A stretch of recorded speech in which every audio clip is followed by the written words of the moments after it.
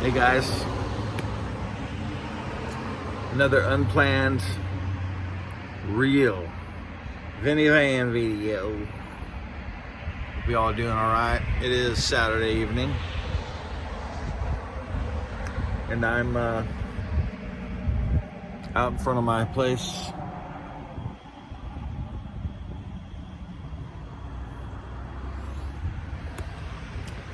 Just chilling. Have had lots of thoughts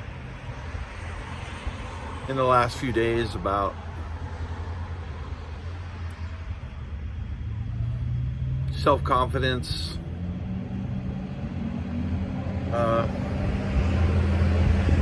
personal self-worth,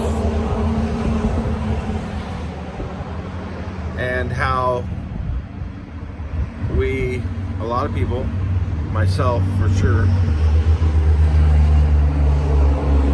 struggle with thinking highly of ourselves or having a good opinion of ourselves. I guess I grew up in a place where, and a time, my home, my neighborhood, my friends, there was no building up of anybody. Nobody built anyone up. If anything, people were just harsh. And I would go home and there wasn't a lot of love, or it was all just business, And, God bless my mom for working $5 an hour jobs and struggling to keep a car that ran and food on the table for 3 kids and, paying the mortgage on a trailer or townhome. Definitely not an easy time for her. So I don't blame her for, being tired and coming home to chaos most of the time and all that. So I never really think about those days as my mom wasn't a good mom. If anything, she was a very good mom and supplied everything and wasn't harsh or anything. Just, I grew up in a home that wasn't very loving. There wasn't a lot of love going on. Everybody was pretty much for themselves, to themselves. My big brother doing his thing, slapped me around. My sister was in her world of becoming a model pageant girl, which she did, and having her friends, and I wasn't in that world. But overall, I'm just saying that I didn't have a very high opinion of myself. Like, I didn't know that I could do anything. It turns out I was a really good baseball player when I was young, and I had a particular confidence in my ability to play baseball, although I had no guidance, like nobody to say, hey, you could probably go a long way. Why don't you this and this, follow this path. Never had any guidance like that. Never had anybody saying, you could do this. And when I chose to play music, when I decided that music was going to be what I chased after, I was young. I was 7, maybe. I told my mom, I'm gonna be a rock star. I'm gonna be a singer, guitar player. I told her I was really young. And she did take me to Sears and JCPenney's like once a month and let me pick out a cassette. And I would, I bought the Grease soundtrack, and I bought Elvis Presley records. I bought the stuff that she would let me have. I never got any good rock and roll until my brother started bringing records home. Brought home Molly Hatchet, Flirting with Disaster, and ZZ Top's Greatest Hits, and Journey, and Billy Squier.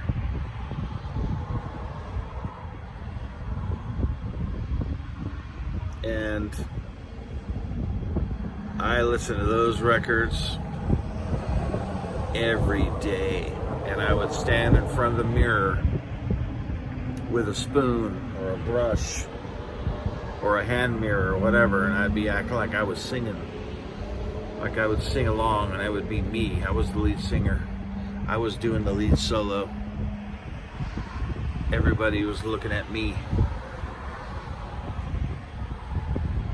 And when I was 12 or so, I was a mall rat, and I would just hang out at the mall every day. We'd go picking up on chicks. We would pick up on chicks. That's what let's go to the mall, we're gonna get some women. What? I mean, I might have met 2 or 3 girls in all the years we hung out at the mall, and maybe dated 1 or 2 of them, but nothing came of it. I was a good Christian boy, and I was very innocent. I didn't do anything. I was like, I remember the first girl, her name was Diane Madison, and she's really cute brunette, but she broke up with me because I wouldn't do it, because I felt like it was wrong. Why I wanted to pick on the chicks, I don't know.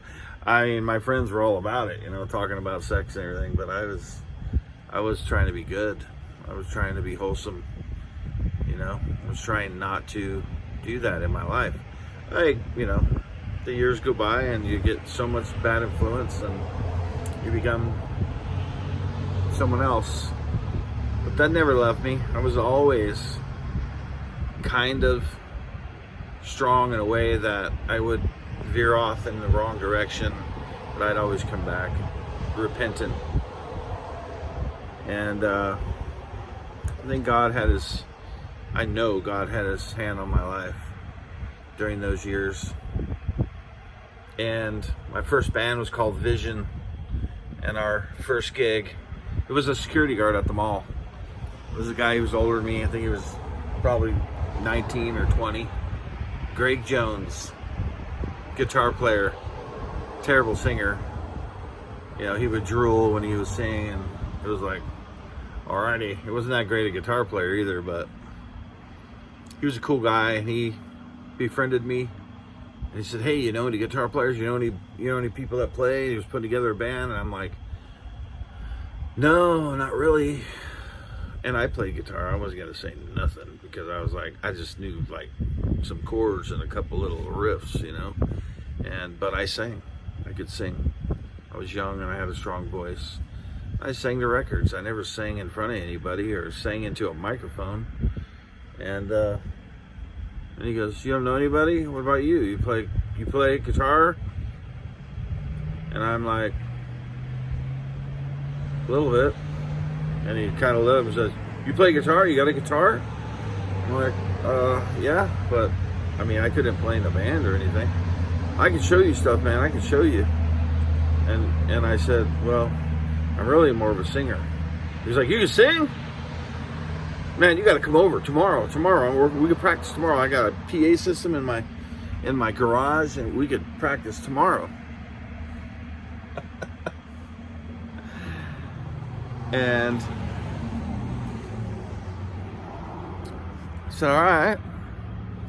Went over his house, and we jammed. And he told me, here, sing this one. Here, sing this one. Here's the lyrics. You know, we sang stuff like, I remember we did the Led Zeppelin, what was it called? Communication Breakdown. Having a nervous breakdown, drive me insane. Remember that one? I never even heard the song, but he showed it to me, and then I sang it, and he was like, dude, we need a drummer. I'm like, okay, cool. And of course, I don't know why, but he knew my best friend Kenny. Kenny and I were both mall rats. Me and Kenny are just run around everywhere together. My best friend in the world. He was like 3 years older than me, and he would protect me, and like he would stick up for me, you know. But Kenny was a drummer. I just spaced it. I'm like, actually, my friend Kenny can play the drums pretty good. And he's all, bring him over, man. And before you know it, we had me playing guitar, and we had Kenny on the drums. Kenny. That's so funny to think about that. Kenny. The memories. Oh, it's so hilarious, man. But he was stoked. He's the older of all of us, and just a stoner. And they would get high, and I would be like, I don't want none of that, And then I just remember the night of our first gig was at Lord Byron's Pizza at the mall. And so we're very familiar with Lord Byron's. We were there every single day. Every single day. I mean, we'd go in there and we'd play Pac-Man, and we'd sit around and flirt with the girl who worked there. And she would always bring out free pizza. Like, not always, but she would sometimes say, here, and drop the pizza on our table. And we'd be like, yeah, we'd eat the pizza, and we'd be putting quarters in the jukebox, listening to, Def Leppard Photograph, and, Joan Jett, I Love Rock and Roll, fresh out, These were new songs coming out on the radio. They were in the jukebox. We played that first gig. It was me and Kenny, and there was a guy that played keyboards, and he played a couple songs from the mixing board, and he had a PA, and he did all the sound, and they set this gig up. I mean, we packed a house. We were just a young, brand new band, never played anywhere, and we were playing at Lord Byron's Pizza, and Greg being the security guard and all that. I guess he put the word out, and a bunch of people came, including a band that was really well known in Northern California. They lived in our town, and the lead singer and his brother, I guess the guitar player or bass player, they came to the show, and I didn't know that. We played Ozzy Osbourne. We played You Can't Kill Rock and Roll, and I played the guitar and sang it. And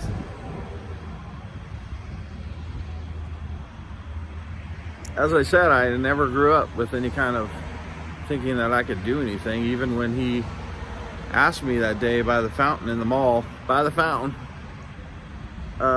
you throw the dimes and the quarters. I would sometimes sneak a quarter or something, try to get a snack from the snack bar. Didn't have any money. I was so little. I was young and stupid. The guard, you'd come around, dude, get your hand out of the water. They're gonna get me in trouble. Stealing money from the fountain.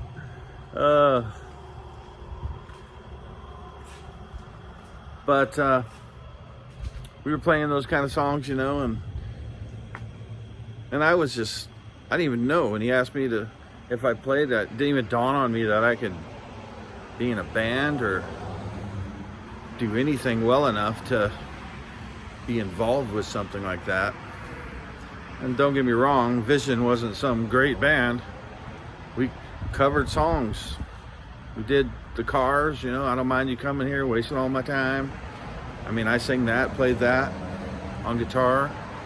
We did an AC/DC song called Walk All or Touch Too Much, and I played a lead solo on that. It was very simple. I'm sure I wasn't playing it right, but I played rhythm and did a lead solo on that. And I sang all the songs. We practiced. After the show, I was just walking around, basking in the wonderful glow of my successful rock and roll gig. And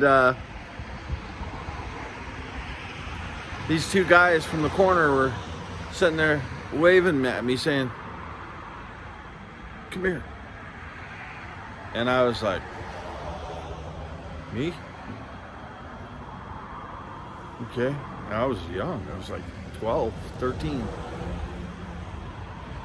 Walked over there. How you doing? What's up? And they were those people from the band. I can't remember the name, but after I was done talking with them, people were like, "You were talking to those guys? They're from this band, and they're well known. You know, what'd they say?" And I was like, I mean, keep in mind, I'm 54 years old, and I'm still talking about this. I still remember it like it was yesterday. A kid that had nothing, couldn't even put a dream together. I couldn't imagine that something would actually happen and somebody would say something about me that was good, you know? I lived on the streets. I told you about that. It wasn't long after that I was sleeping in that Pinto. I'd run away from home because I didn't want to move away where my mom was going. I was familiar with where I was at. My friends were there at the mall. My mall friends. I can't leave them. We're too close. But they called me over and they said, "Hey, how long you been singing?" I said, "My whole life." And they look at me like, "You're how old, you know?" I've been singing for about 4 years in my mom's room, up against the mirror with a brush in my hand. They said, "Well, we caught your show and we just wanted to say that you were great and never stop because someday you're going to be big." And I was like,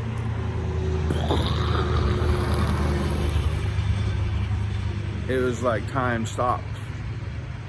And I could just remember turning around and walking away. I don't even know what I said to them. I forget what happened after that. I was in a cloud of, "What did you just say to me? Say it again," you know? Well, I wasn't being sarcastic or funny. At the time, I was just, my eyes teared up. And I turn around, I get teared up right now. I'm choking up thinking about it. That was the very beginning.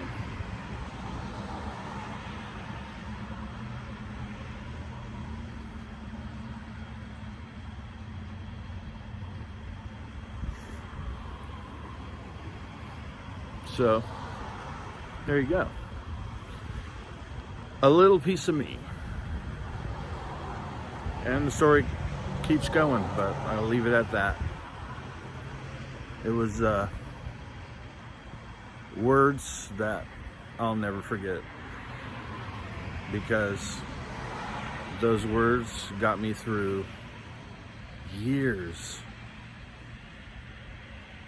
of dreaming and hoping and just knowing that I was going to do what I said to my mom those years earlier. It was those two guys. I think they were plants from God. Like, I literally think that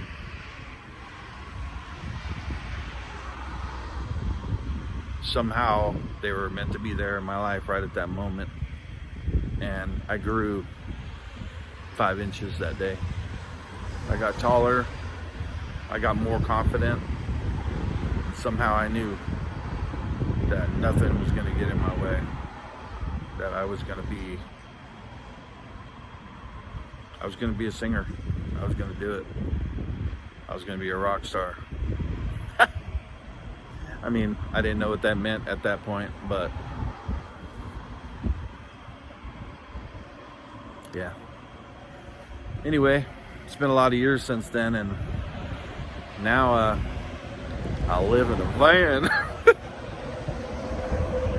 And it's okay. I mean, life's a trip, man. I've been around the world And I sang in front of a lot of people. And all I can say is life is more. What's that song called by Switchfoot? Like, all the riches of the kings end up on wheels.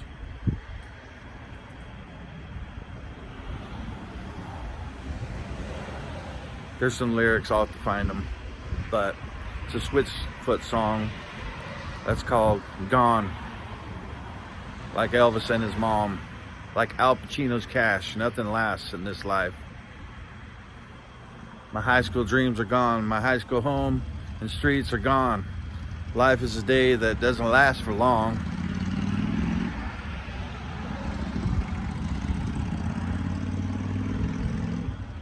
Some people got riches and they're miserable. Some people have everything we all dream about having and they're just miserable. And I can't say that I've reached a absolute joyful, awesome place in my life at this point. But I can say I'm on a journey, and that I'm blessed, and that God's had grace on my life, like unbelievable, awesome grace and forgiveness, because I'm not a perfect person. And I've struggled through lots of situations and relationships and otherwise. And I'm still here, you know? I'm still here. And I'm not homeless. I'm houseless. I choose this. I choose this. I'm not in debt. I have a business that makes money. I have a plan to travel, and I hope that I could do it. I hope that I don't get how 143 people are subscribed to me right now. I don't get that, but I accept. And I'm gonna keep doing these videos. And I hope that 143 turns into 143,000. So anyway, God bless you guys. I want to share a little bit with you. I'm already at 23 minutes. I'm sorry I go long. I hope those who decided to watch this kept watching. Stay tuned. I'll continue that story next time. You guys have a good night. Good weekend.